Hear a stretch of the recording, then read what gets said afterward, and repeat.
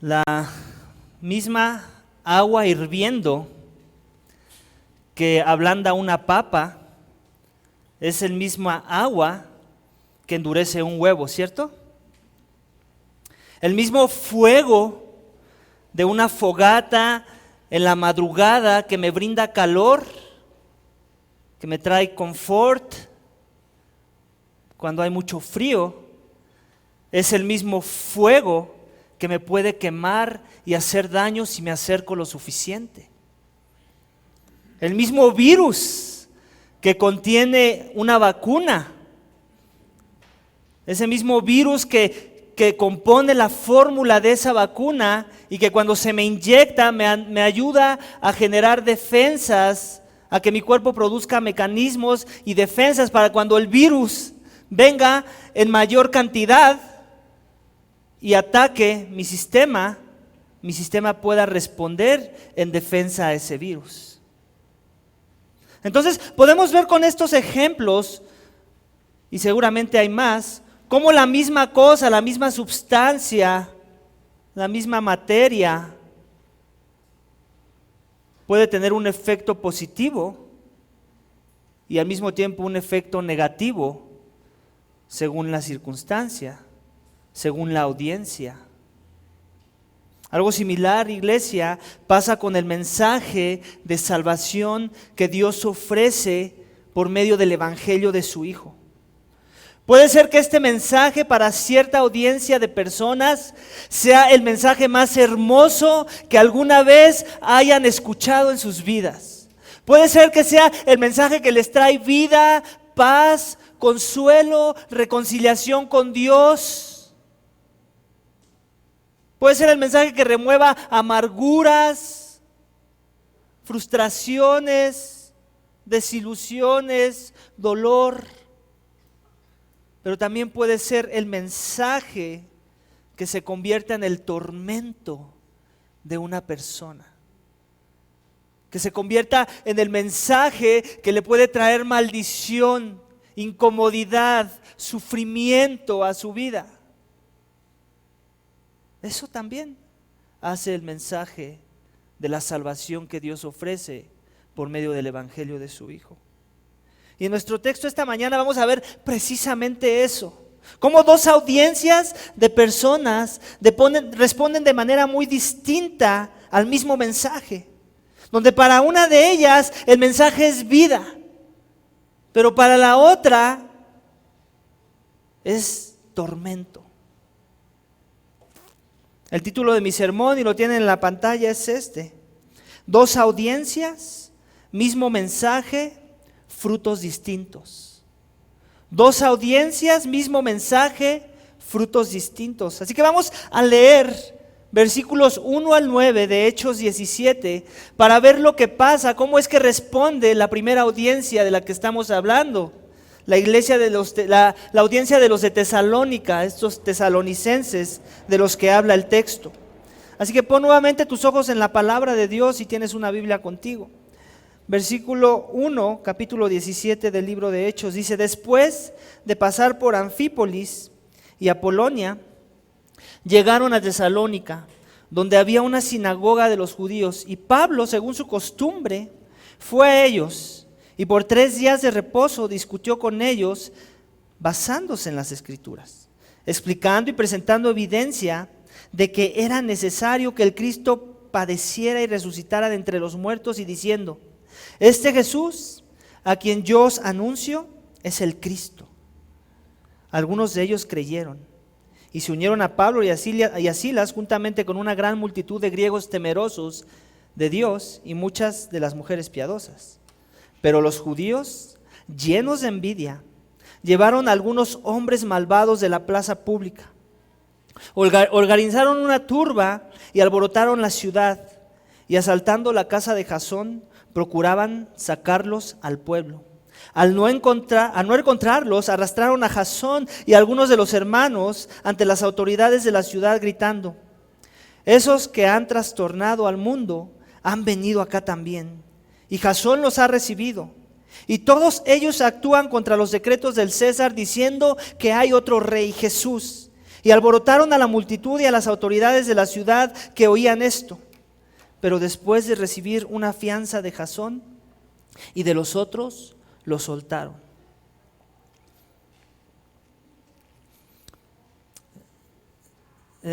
Me atrevo a decir que de muchos de los sermones que Dios me ha permitido tener el privilegio de predicar en la iglesia, este es uno de los textos más fáciles que me ha tocado predicar, y no porque haya sido uno de los textos más fáciles quiere decir que es menos importante o que trae menos relevancia para la vida del creyente o para la salvación. Entonces les quiero comentar que vamos a ir avanzando versículo por versículo y tratando de ver de qué se trata estos principios que tenemos que sacar de estas dos audiencias de las que ya hablamos. ¿Cómo es que una audiencia surgió este efecto, pero con esta otra audiencia surgió otro efecto? Similar a lo que pasa con los hijos, ¿cierto? Los hijos que reciben la misma educación de los padres cuando son más de uno, y podemos comparar al uno con el otro, y decimos, ¿pero por qué este es tan diferente que este? Y muchas veces cuando ya son adultos, la pregunta de los padres es, ¿qué hice mal? ¿Qué hice mal? ¿Por qué este me salió así?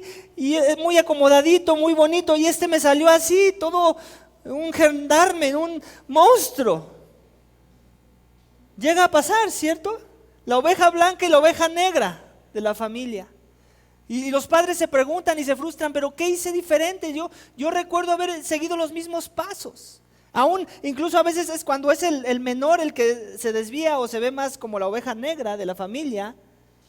Los padres se preguntan, pero si al contrario yo pensé que había hecho las cosas mejores, que los errores que había cometido con el primero los traté de modificar, arreglar con el segundo, ¿cierto? Pero es el mismo principio. No necesariamente tiene que ver con cómo tú actuaste, tiene que ver con lo que hay en el corazón detrás de cada uno de tus hijos y cómo es que van a asimilar tus enseñanzas y en respuesta cómo van a conducir sus vidas según las enseñanzas y los principios y los valores que tú hayas inculcado a sus vidas. Y eso es lo que vamos a ver aquí en la primera sección de nuestro texto. Tesalónica, una nueva ciudad. Tesalónica era considerada la capital de Macedonia. ¿Recuerdas que los discípulos fueron a Macedonia y se pararon en Filipo y ahí plantaron una iglesia y Dios abrió los corazones de muchos? Y después continuaron su camino porque hubo oposición. Pero no sin antes haber dejado ya ahí a un cuerpo de creyentes que iba a ser lumbrera, que iban a fortalecer a aquellos que respondieron al llamado de arrepentimiento y fe por el Evangelio de Jesús.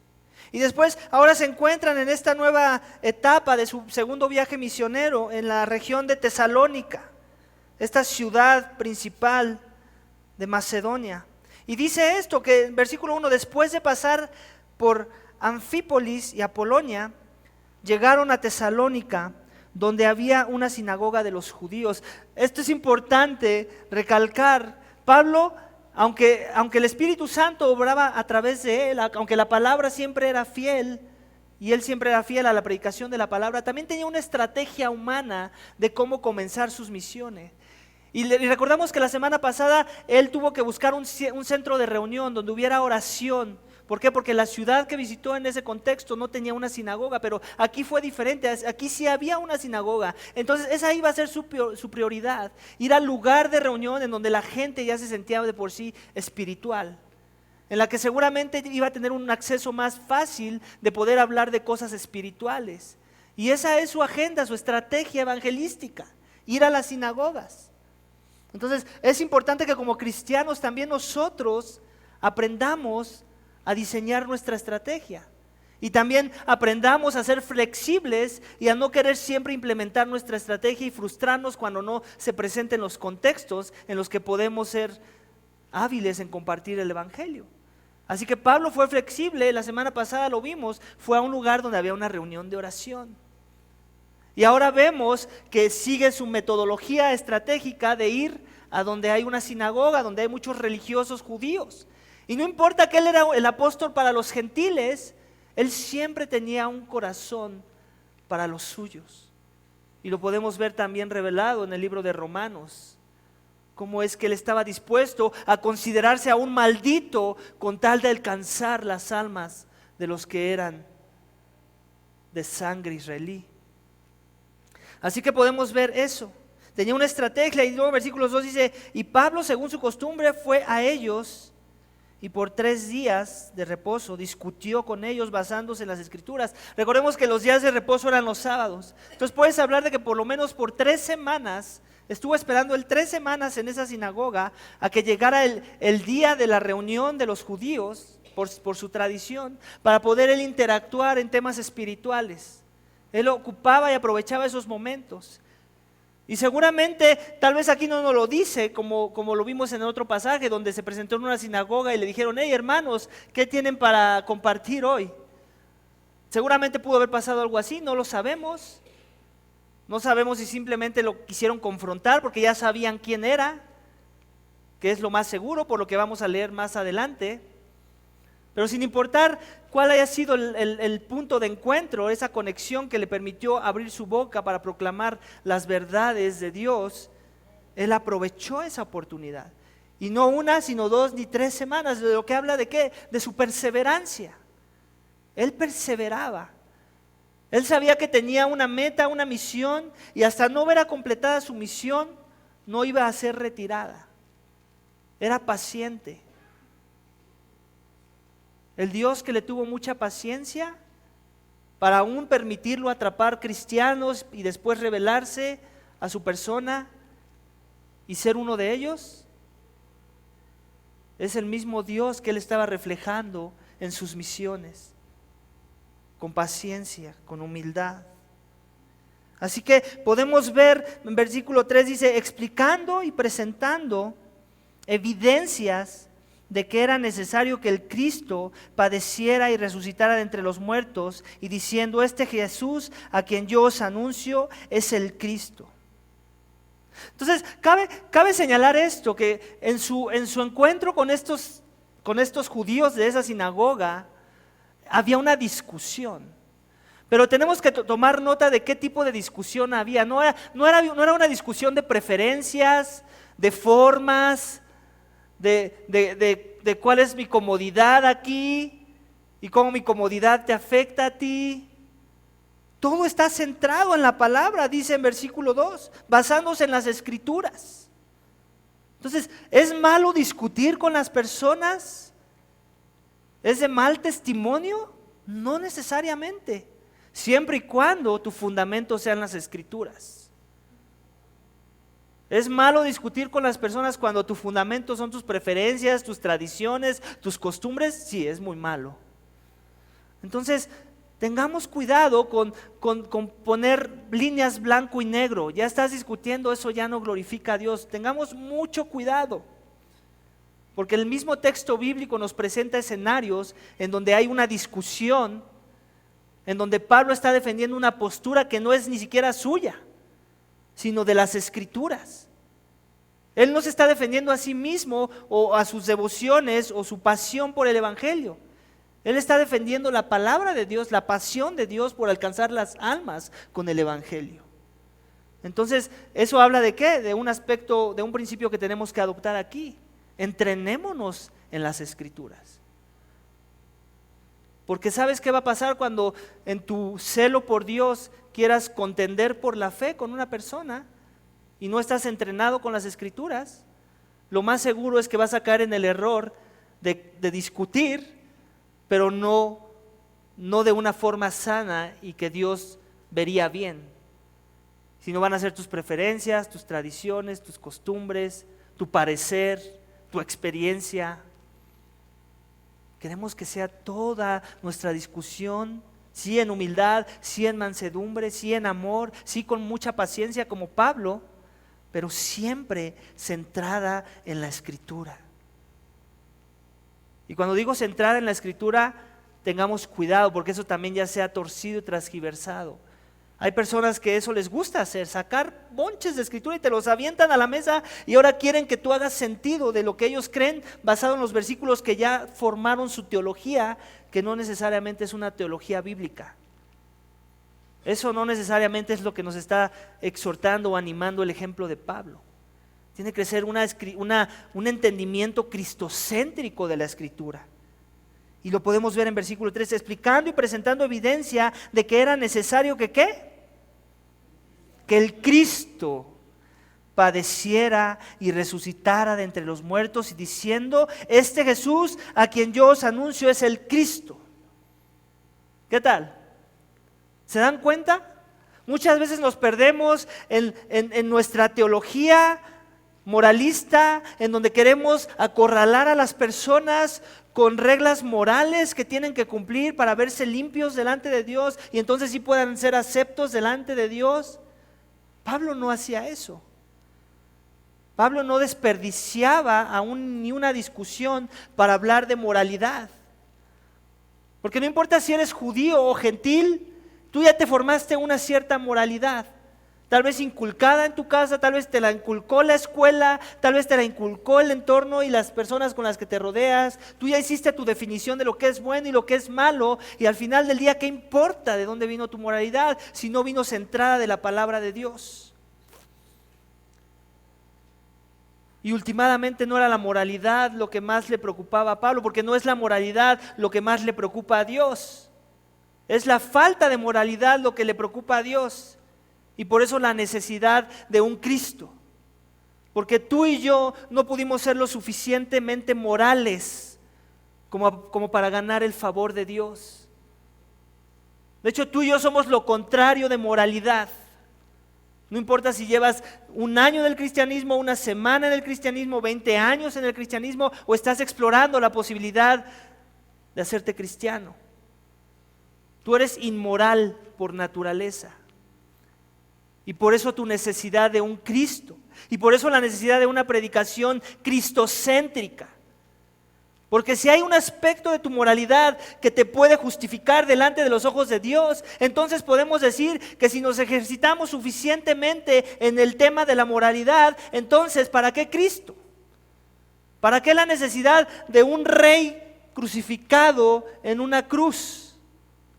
Si se podían mis fuerzas. Tu problema es ese,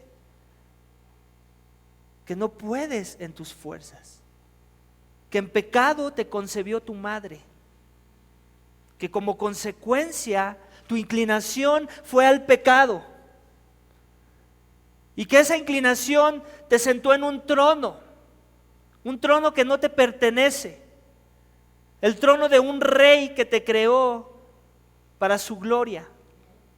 Y tú fuiste un usurpador, un rebelde que desafió al rey usurpando el trono, y te sentaste en el trono del rey con todas tus capacidades y todos los regalos del rey que él te dio: tu inteligencia, tu capacidad de amar, tu capacidad de tener piedad y compasión, tu capacidad de procrear, tu capacidad de todo lo que tú te creas capaz. Él te lo dio, pero no lo usaste para su servicio, lo usaste para tu reino, para construir tu reino sentado en tu trono, el cual usurpaste. Hiciste una vida centrada en ti y no en Cristo. No cristocéntrica, sino humanocéntrica.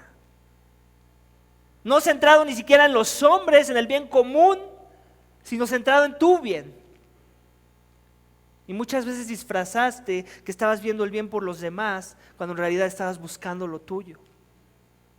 Así de sucio es nuestro pecado, así de inmorales somos, y por eso es que la moralidad no nos va a salvar. Lo único que puede hacer la moralidad, ¿sabes qué es?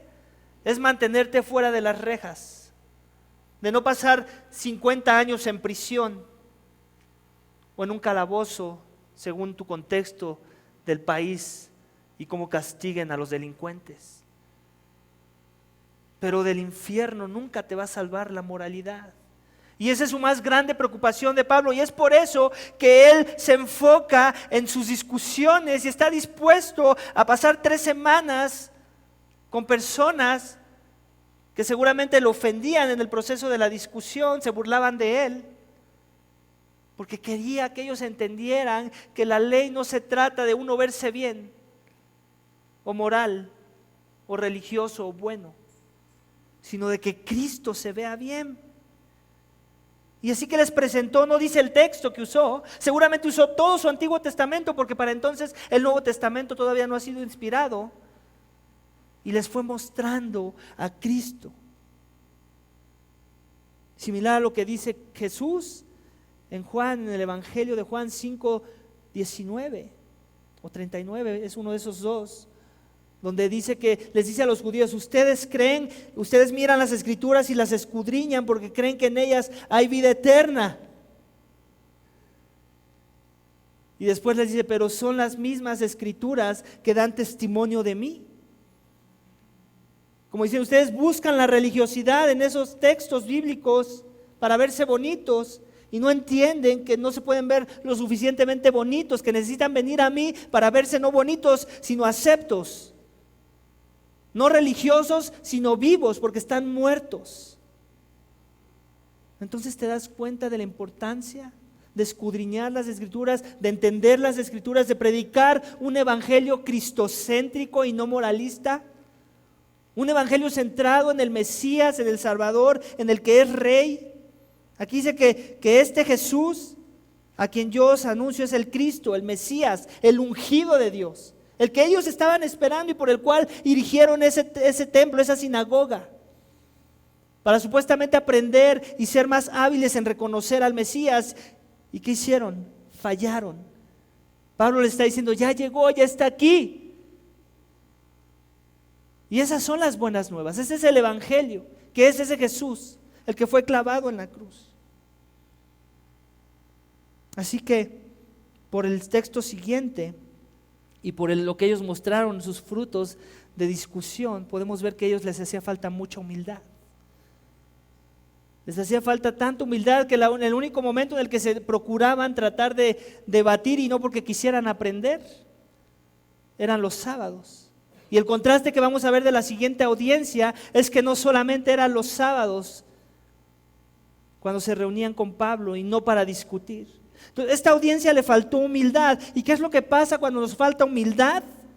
De no entender que necesitamos de un Cristo para salvación, que mis pecados son lo suficientemente horribles y transgreden la santidad de Dios, que yo no puedo con mis fuerzas limpiarme. Porque mientras trato de limpiarme mi alma, ensucio al mismo tiempo mi alma con el pecado que mora en mí. Porque mis intenciones nunca serán puras. Y el primer punto es ese: los de Tesalónica tenían falta de humildad.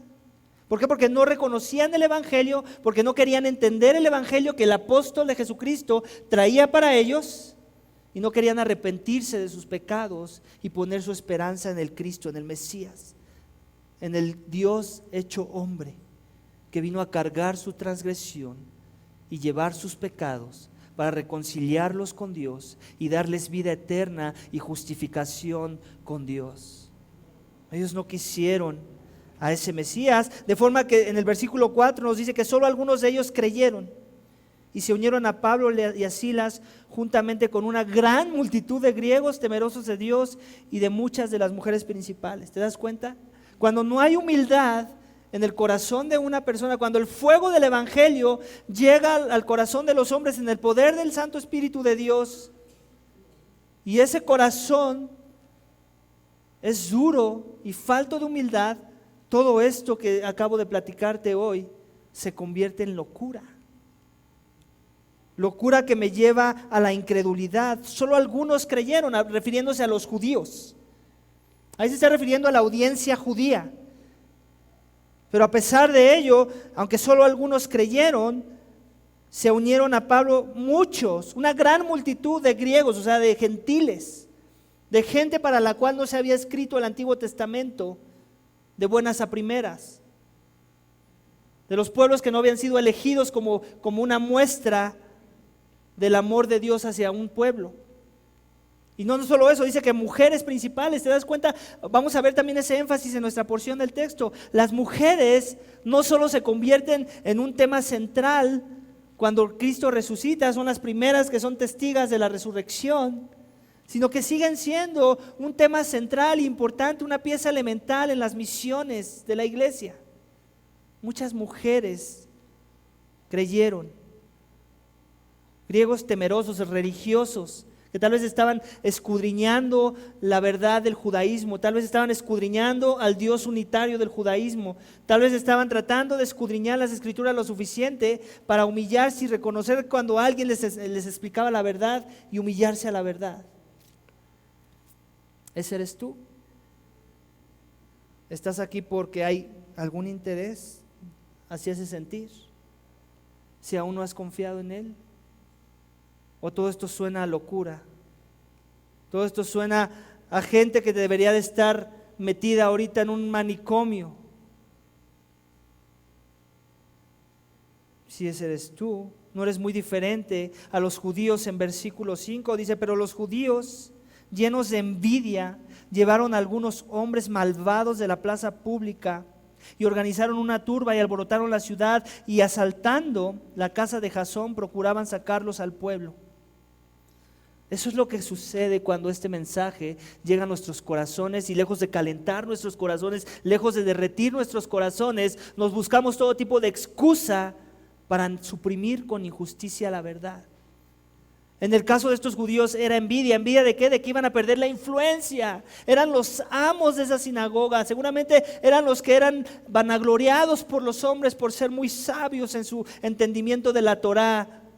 Seguramente eran los que enseñaban cada 8 días. Y en su envidia de no poder hacer una interpretación correcta de las Escrituras con una centralidad en Cristo, en vez de humillarse y rendirse a la verdad, les entró la envidia en sus corazones. Se llenaron de ella, dice el texto, llevaron a algunos hombres malvados de la plaza pública.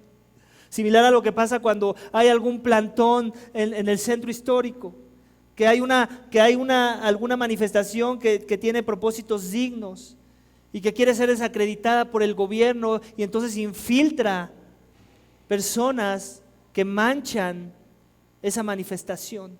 La manchan lo suficiente para desacreditar la motivación justa y digna por la cual se están manifestando ese grupo de personas. Algo muy similar estamos viendo aquí. Traen agitadores para desacreditar la buena intención de Silas y de Pablo. Alborotaron a la ciudad, asaltaron la casa de Jasón. Jasón seguramente alguien que sí creyó. Alguien que seguramente sí creyó y que empezó a dar los mismos frutos que dieron nuestros convertidos de la semana pasada. Alguien que empezó a mostrar un corazón generoso, hospitalario, compasivo, hospedador. Y seguramente no les perdían el rastro y seguramente sabían en dónde estaban escondidos y seguramente alguien les corrió el pitazo y les dijo, están en la casa de Jasón, vamos. Y entonces llevaron a las autoridades y gritaron esto en la casa de Jasón. Gritaron esto que dice en versículo 6, esos que han trastornado al mundo han venido acá también. Así es que sí, vimos mucho fruto. Que ese es el segundo énfasis de esa audiencia, que hubo mucho fruto a pesar de que hubo oposición. No necesariamente judío, pero sí mucho fruto gentil. Pero eso no quita el hecho de que también va a haber oposición. Y lo podemos ver, puede estar mezclada. Y el que haya habido oposición no quiere decir que entonces estaban haciendo las cosas mal porque hubo mucho fruto. Y el que haya habido mucho fruto no quiere decir que se estaban haciendo las cosas mal porque hubo oposición. Las dos coexisten en el reino de Dios y las dos las ocupa Dios para sus propósitos. Y eso es lo que podemos ver aquí. Pero el religioso, aquel que siempre va a ser trastornado por el evangelio, que lejos de ablandar su corazón lo endurece como un huevo, llega a estas conclusiones de versículo 6. Esos que han trastornado al mundo han venido acá también. ¿Te das cuenta que Pablo y Silas ya eran famosos? ¿Te das cuenta de la declaración? Que han trastornado al mundo, ya conocían de sus hazañas, ya conocían de su primer viaje misionero. La audiencia ya los tenía identificados. ¿Y cómo definían su proclamación? Como un mensaje que trastorna al mundo. Esa es la locura de la predicación. Esa es la locura de la predicación de la que habla 1 Corintios 2:14. El mensaje que es locura para los que perecen. El mensaje que es locura para los que son carnales. Que es locura para los que lo quieren discernir con carnalidad y no en dependencia del Espíritu. Porque lo espiritual solo puede ser discernido con el Espíritu, que nos da espiritualidad, que nos da entendimiento. Así que estos religiosos continuaron diciendo, y Jasón nos ha recibido, y todos ellos actúan contra los decretos del César, diciendo que hay otro rey, Jesús. Y alborotaron a la multitud, y las autoridades de la ciudad oían esto. ¿Te das cuenta? Cómo los celos religiosos pueden ser a veces hasta más grandes que los celos de los que proclaman la verdad. Tengamos cuidado de pensar que cuando alguien demuestra celo en su pasión por Dios, ese celo, identificarlo como o quererlo alinear con la verdad. Muchas veces así pasa. Tengamos cuidado porque va a llegar el día en que van a llegar hermanos muy celosos de lo que creen, y lo primero que te va a venir a la mente es: ¿por qué no lo pones para hacer en el ministerio tal o cual? Deberían de jalarlo para el ministerio de evangelismo. Porque velo, todo el tiempo está hablando de Dios y todo el tiempo está citando escritura de la cabeza. Ni siquiera tiene que abrir su Biblia. Y con eso no estoy diciendo que no hay hermanos piadosos que efectivamente así se manejan. Pero ¿sabes qué es lo que va? Siempre es la norma de un hermano que en realidad tiene una centralidad en el Evangelio, que tiene una teología cristocéntrica, que entiende que la dependencia de la obra es en el poder del Espíritu. Con todo y que eso sea verdad en su vida, siempre se va a manejar con una templanza y con una humildad que lo vas a reconocer a distancia. Así que tengamos cuidado, iglesia, de confundir el celo de las personas como apasionados por el Dios vivo de las Escrituras. Mucho cuidado, porque esa es la trampa del enemigo. Ese es el engaño de Satanás. Tenemos que escudriñar su doctrina, tenemos que ser pacientes para estudiar el espíritu bajo el que se manejan. Probar los espíritus, como dice la palabra de Dios. Y en nuestra paciencia, si son de Dios, ellos también serán pacientes a que los pongamos en las posiciones que deberían estar. Amén. Entonces el Evangelio como conclusión dice: pero después de recibir una fianza de Jasón y de los otros, lo soltaron. El Evangelio como conclusión es locura para el religioso, es locura. Es locura que está dispuesto a alborotar a las masas, está dispuesto a traer difamación, está dispuesto aún a identificarse con el César, aunque el César era un opresor de la comunidad judía. Ellos no creían en el César, ellos estaban simulando rendirse al César, rendir homenaje al César, pero no necesariamente amaban los decretos del César, ni su señorío. Pero te das cuenta lo que estaban dispuestos a hacer con tal de desacreditar la verdad. Y muchas veces también eso va a pasar, que va a haber personas que se van a identificar con otras personas que claramente no están proclamando la verdad con tal de desacreditar a la verdad. Como dirían por ahí, el enemigo de mi enemigo es mi amigo. Eso también va a pasar. Y no nos extrañe que va a pasar. No nos sorprenda que es una estrategia más de aquellos que desacreditan la verdad, y lo podemos ver aquí. ¿Por qué? Porque es locura.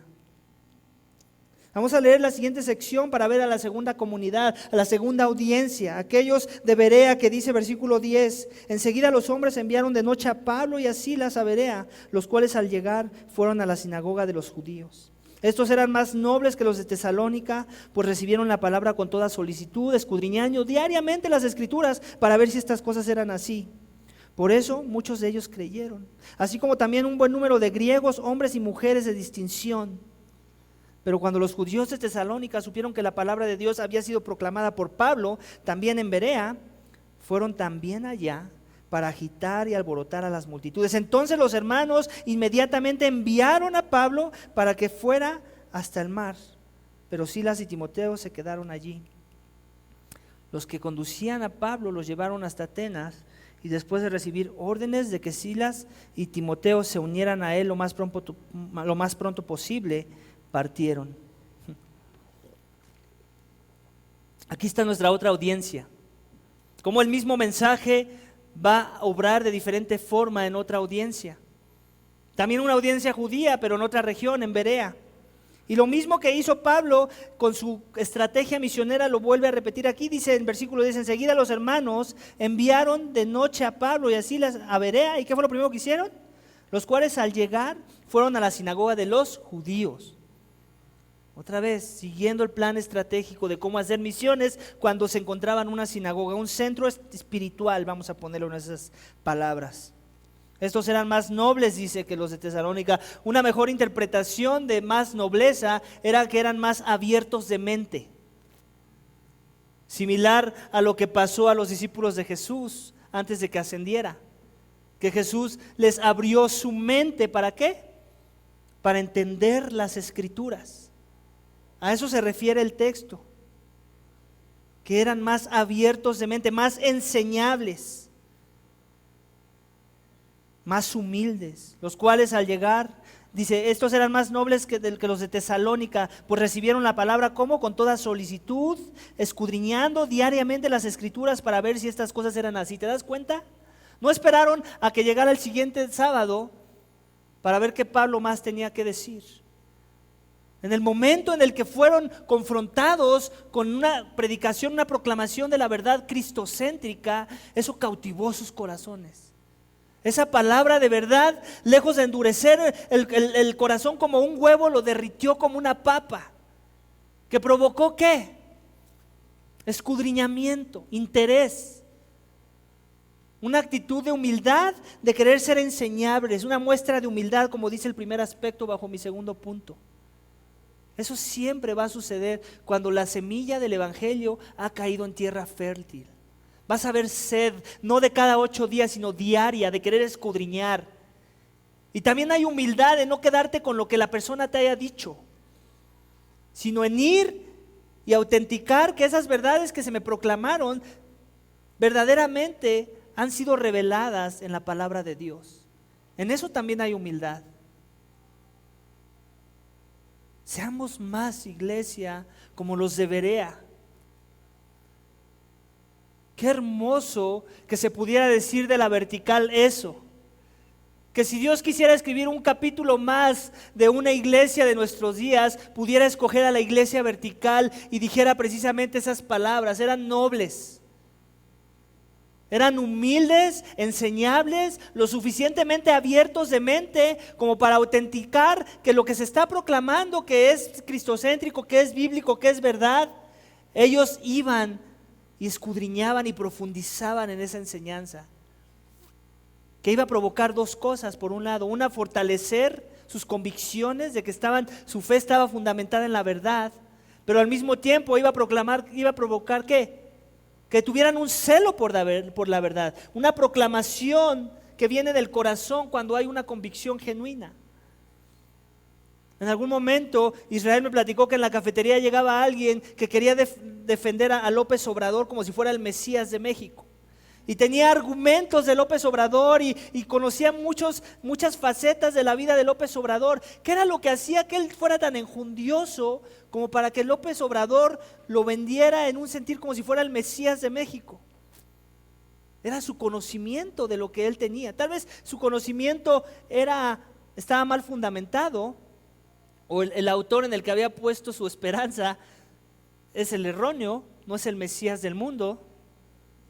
Sin embargo, lo que le ayudaba a mostrar ese fervor de sentirse muy seguro de que estaba proclamando al Mesías de México era conocer hechos de él. Lo mismo va a suceder cuando tú escudriñes lo que se proclama aquí. Así que si te has preguntado, Dios, dame más celo de proclamar tu evangelio, no creas que va a venir como con un polvo mágico. ¿Sabes qué es lo que va a provocar el celo de proclamar, de defender la fe? De aún estar dispuesto a discutir contra los que quieren contender con la fe, que tú escudriñes las Escrituras lo suficiente como para crecer en tu convencimiento, en tu convicción de que esto que has creído es verdad. Amén. Seamos como los de Berea, seamos humildes, seamos enseñables, que cuando no sé algo, Sea lo suficientemente humilde como para acercarme a 2 o 3 hermanos y decir, oye, no entiendo esto. ¿Tú lo entiendes? O entendámoslo juntos. Leamos juntos el pasaje. ¿Qué nos revela Dios en el poder de su Espíritu? ¿Llegamos a la misma conclusión? Ahora somos más culpables de no hacer esto que lo era la iglesia primitiva. Ellos no tenían comentarios aún de ningún teólogo famoso de nuestros días, de ningún MacArthur, de ningún Piper, de ningún Sproul, de ningún Miguel Núñez, de ningún Sujel Michelin. Ellos no tenían eso, tú sí. A ti se te va a demandar más de no tener una actitud de sed por proclamar y escudriñar la palabra de Dios. Así que como aplicación de esto, yo te animo a esto, a no solo venir a estas reuniones para ser equipado para la obra del ministerio. Te animo a esto, un reto, que tu regalo de Navidad sea este. Escudriña en nuestra librería o en cualquier librería que sabes que vende recursos sanos, algún comentario de algún libro de la palabra de Dios y cómpratelo y lee la palabra junto con ese comentario. Y si no sabes autores sanos que enseñan Biblia sana, pregúntanos y yo te voy a recomendar algunos para que no vayas a comprar cualquiera, porque no todo lo que es la literatura cristiana es cristiana y no toda la literatura cristiana es cristocéntrica o avanza el plan redentor de Dios. De hecho, me atrevo a decir que la gran mayoría se centra en el hombre. Por eso es que tienes que tener mucho cuidado y escudriñar aún los recursos que puedan llegar a tus manos. Amén. Vamos a continuar, dice en versículo 12. Dice, pero por eso muchos de ellos creyeron, así como también un buen número de griegos, hombres y mujeres de distinción. ¿Cuántos dice que creyeron? ¿Te das cuenta del contraste de la audiencia? No solo algunos, mismo mensaje, y no solo algunos creyeron, muchos creyeron. ¿Refiriéndose a quién? A los judíos. Y no solo eso, sino también se extendió la bendición. También un número de griegos, un buen número de griegos, dice el texto, hombres y mujeres de distinción. Otra vez el énfasis en mujeres. Recordemos que en el contexto de sus días la mujer simplemente era vista como una sirvienta, como una persona con la que yo me emparentaba, me casaba para que me diera hijos y me diera descendencia. No necesariamente alguien que Dios me permitió estar en unión para yo cuidarla y tratarla como vaso frágil, para yo amarla, honrarla y ser su protector. Entonces, para que si por ahí alguna vez te ha llegado el argumento de que el cristianismo es misógino, que minimiza a las mujeres, cállales la boca, explícales un poco del contexto, de cómo exalta a las mujeres. Exalta sus capacidades espirituales para entender verdad, para escudriñar verdad. De cómo si hay una religión que da igualdad a hombres y mujeres y que no hace distinción de personas, es el cristianismo bíblico. Y que si hay algún tipo de cristianismo que está siendo proclamado por ahí, que convierte a hombres o a mujeres, a niños o a ancianos, como algún tipo de esclavo o de siervo, menor, inferior que los demás, ese no es el cristianismo que Cristo proclamaba ni que los apóstoles proclamaban. Amén. Así es que podemos ver esto, mucho fruto como consecuencia de mucha humildad en los corazones de los que escudriñan la palabra de Dios. ¿Y qué hay de ti? ¿Cuánto tiempo te has dedicado a escudriñar la palabra de Dios si eres creyente? ¿Cuánto tiempo te has dedicado a, con argumentos, desacreditar que lo que escuchas esta mañana es verdad si es que aún no has creído? ¿Será que te puedas llevar la sorpresa que de lo que escudriñas vas a tener que rendirte a un rey? No a César, no al peje, no a ti y tu reino, sino al Rey de Reyes, Señor de Señores, a Jesucristo, el que dio su sangre por ti. ¿Será que es lo que quieres escapar? ¿Será que sabes que hay suficientes argumentos en este libro que fue escrito por hombres, sí, pero inspirado por Dios y que no tiene contradicción cuando se entiende claramente el mensaje redentor?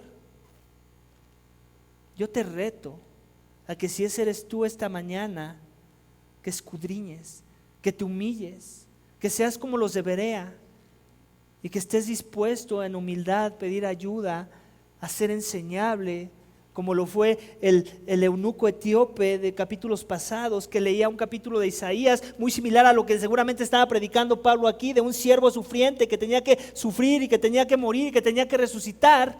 Tal vez ese eres tú. Tal vez necesitas tomar una cucharada de humildad, acercarte a alguien que sabes que no solamente tiene una pasión por Dios, sino que entiende su Biblia, y hacer preguntas que tal vez te lleven a la salvación, a la vida eterna, a la reconciliación con Dios, al perdón de pecados, al reconocimiento de la realidad de las cosas, que tú no eres nada y Dios es todo, que tú no te perteneces, que tú le perteneces a Dios, que tú fuiste creado para su gloria y no Él para tus propósitos, y dar mucho fruto como los judíos de Berea y como los gentiles y las mujeres prestigiadas de nuestro texto. Versículo 13. Pero cuando los judíos de Tesalónica supieron que la palabra de Dios había sido proclamada por Pablo, también en Berea, fueron también allá para agitar y alborotar a las multitudes. Entonces los hermanos inmediatamente enviaron a Pablo para que se fuera hasta el mar, pero Silas y Timoteo se quedaron allí. Los que conducían a Pablo lo llevaron hasta Atenas, y después de recibir órdenes de que Silas y Timoteo se unieran a él, lo más pronto posible partieron. Iglesia, no solo el religioso muchas veces se va a mostrar muy celoso de su religiosidad y va a traer oposición con un estandarte de estar en la verdad. A veces su celo va a ser tanto que cuando se entere que la verdad está avanzando, ya ni siquiera en su sinagoga, en su región, sino en otras regiones, te va a ir a buscar hasta allá.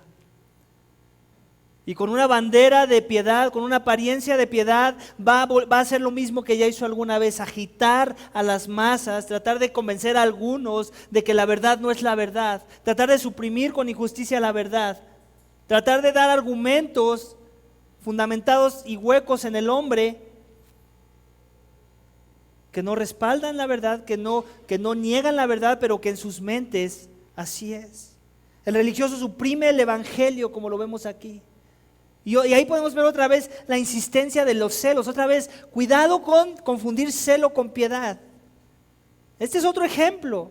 ¿Te das cuenta? No solo hicieron lo suyo, no hicieron de las suyas nada más en Tesalónica. Ahora que se enteran que también en Berea están proclamando la verdad, y que no solamente algunos, sino que ahora muchos vienen a la fe, su celo los llevó a tanto que tuvieron que trasladarse de una región 50 millas, que en kilómetros son como 80 kilómetros por ahí, sin carro, tal vez a través de caminos rocosos, no pavimentados. El celo te puede llevar a hacer muchas cosas que parecieran espirituales y piadosas, pero que no necesariamente están fundamentadas en la verdad. Así que por eso es que les digo que tenemos que ser pacientes y cuidadosos. El celo no equivale a estar parado en la roca. Puede ser engañoso. Por eso, ¿cómo voy a saber la diferencia entre una y la otra? Si yo conozco la verdad, si yo estoy fundamentado en la verdad. Similar a lo que pasa para que un banquero, para un cajero en el banco reconozca billetes falsos, no le tienen que dar toda la variedad de billetes falsos que existen allá afuera, ¿cierto? Porque nunca acabarían de traerles todo el número de diferentes tipos de papel y de tinta y de formas que trae un billete falso. Nunca terminaría su entrenamiento. ¿Sabes qué es lo único que tienen que hacer las personas que lo entrenan? Entrenarlo para identificar un billete verdadero.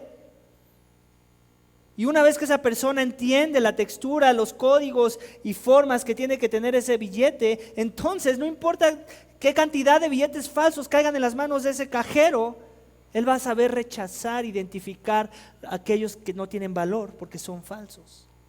Es lo mismo con el evangelio. No tenemos que estar metidos en todas las sectas religiosas y los cultos religiosos que predican la mentira. Lo único que tenemos que estar seguros es estar cimentados en la verdad. Y cuando eso es verdad, no importa qué formas tome la mentira, no importa qué nuevos movimientos humanísticos, religiosos se levanten en la sociedad, nosotros vamos a poder con certeza con humildad, con sabiduría, con discernimiento que viene de lo alto, identificar lo que tiene que ser rechazado y reprendido si es el caso. Amén. Entonces los hermanos inmediatamente enviaron a Pablo, otra vez, actos de compasión. Recordamos que lo mencioné la semana pasada, o no recuerdo cuándo lo mencioné. También hay tiempos para la retirada. No todo el tiempo es contender, no todo el tiempo es tráiganmelos acá y que ellos me saquen de la cárcel porque estoy aquí injustamente.